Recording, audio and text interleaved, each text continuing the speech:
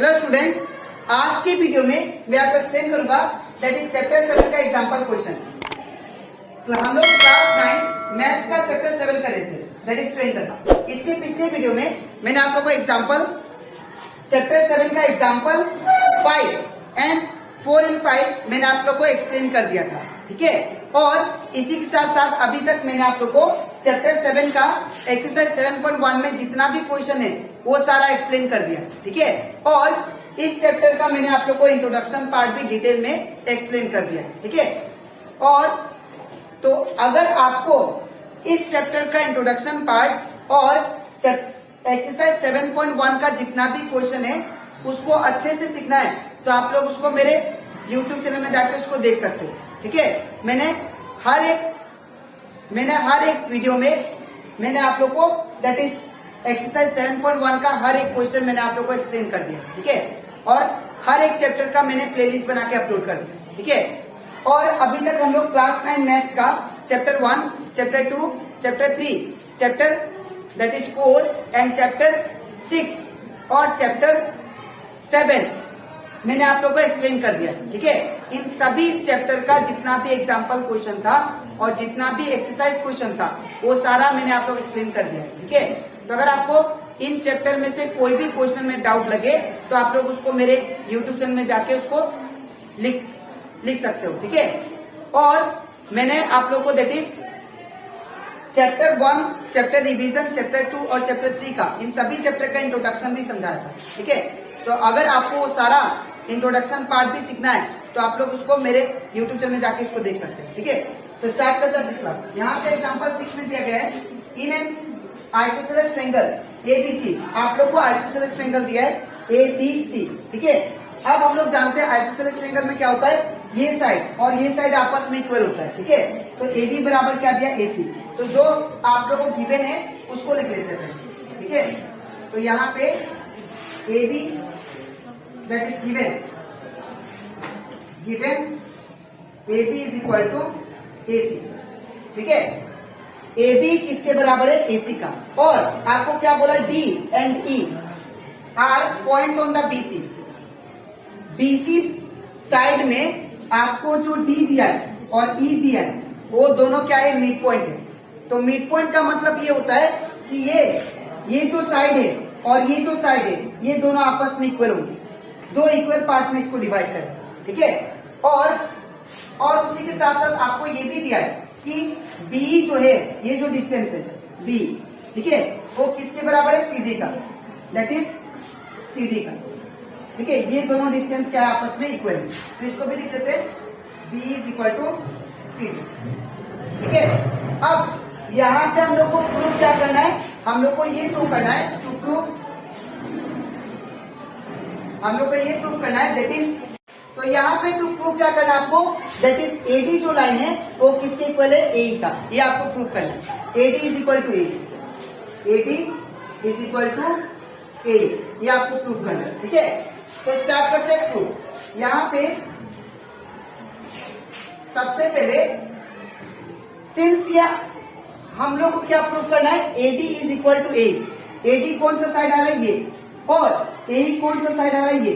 तो हम लोग को अगर मैं ये दो ट्रायंगल को दैट इज ABD और ट्रायंगल AEC, अगर ये दो ट्रायंगल को आपस में कॉन्ग्रुएंट प्रूफ कर देता, ठीक है, तो दैट मीन्स ये इसका कोरिस्पॉन्डिंग साइड ये वाला, ये भी आपस में इक्वल होगा, ठीक है।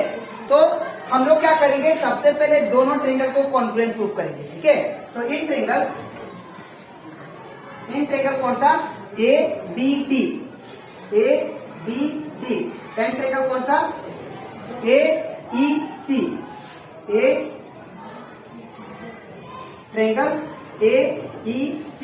अगर आप लोग दोनों ट्रायंगल में देखो, यहाँ पे ये वाला साइड और ये वाला साइड दोनों आपस में इक्वल होगा, बिकॉज ये क्या है, आइसोसेलेस ट्रायंगल है। और ये साइड क्या होता है, आइसोसेलेस ट्रायंगल का दो साइड इक्वल होता है। तो लिखेंगे AB is equal to that is AC। Reason क्या होगा, दैट इज गिवन, आपको क्या दिया है, ऑलरेडी गिवन है, ठीक है। और इसके बाद फिर अगर ये दोनों ट्रायंगल में देखो तो यहाँ पे मैंने आप लोग को समझाया था कि अगर ये ट्रेंगल आइसोसेलेस है ABC, तो AC का ऑपोजिट एंगल, ये AC का ऑपोजिट, AC साइड का जो ऑपोजिट एंगल होता है ये वाला, और AB साइड का ऑपोजिट एंगल जो होगा ये वाला, ये भी दोनों आपस में क्या होंगे, इक्वल। ठीक है, अगर दो साइड आपस में इक्वल होते हैं तो उनका ऑपोजिट, ये साइड का ऑपोजिट ये वाला और ये साइड का ऑपोजिट ये वाला, दोनों एंगल भी आपस में क्या होंगे, इक्वल। ठीक है, तो इन द सेम वे अगर ये साइड आपस में इक्वल है तो ये साइड का ऑपोजिट ये वाला और ये साइड का ऑपोजिट ये वाला, दोनों आपस में क्या होंगे, इक्वल। ठीक है, तो लिखेंगे angle that is B is equal to angle C, angle B is equal to angle C। Reason क्या देंगे, दैट इज यहाँ पे अभी रीजन मैंने आपको क्या बताया, दैट इज साइड। ठीक है, that is angle opposite to, angle opposite to equal side are equal. इसका मतलब ये है कि अगर दो साइड आपस में इक्वल होते हैं, ठीक है, तो उसका दैट इज एंगल भी, ऑपोजिट एंगल भी क्या होगा, आपस में इक्वल होगा, उस साइड का ऑपोजिट एंगल भी क्या होगा, आपस में इक्वल होगा। ठीक है, तो ये रीजन हो गया। मेरे पास दो कंडीशन मिल गया। ठीक है, मुझे तीन कंडीशन चाहिए होता है कोई भी दो ट्रेंगल को आपस में कॉन्ग्रुएंट प्रूव करने के लिए। ठीक है, तो मेरे पास दो कंडीशन है, मुझे और एक कंडीशन चाहिए। ठीक है, तो मैं क्या करूंगा, यहाँ पे अगर देखो आप लोग, जो BD है here, आपको गिवन दिया है ना, that is B is equal to CD, इसका यूज करेंगे। ठीक है, B is equal to CD। ठीक है, here B is equal to CD, ये क्या है आपका गिवन। ठीक है, गिवन। अब दोनों साइड B और CD में मैं D का क्या कर रहा हूं, सब्सट्रैक्ट कर रहा हूं। ये दोनों साइड में मैं क्या कर रहा हूं, D को सब्सट्रैक्ट कर रहा हूं। ठीक है, तो subtracting both side by D। ठीक है, दोनों साइड में D का सब्सट्रैक्ट कर रहा हूं, तो यहां पे क्या आएगा, B minus D is equal to CD minus D।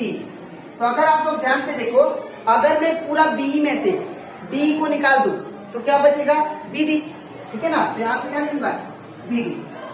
ठीक है, is equal to, similarly in the same way CD में से अगर मैं D को निकाल दूं, ये CD हो गया आपका, ये पूरा। ठीक है, अगर CD में से मैं D को निकाल देता हूं तो क्या बचेगा, EC।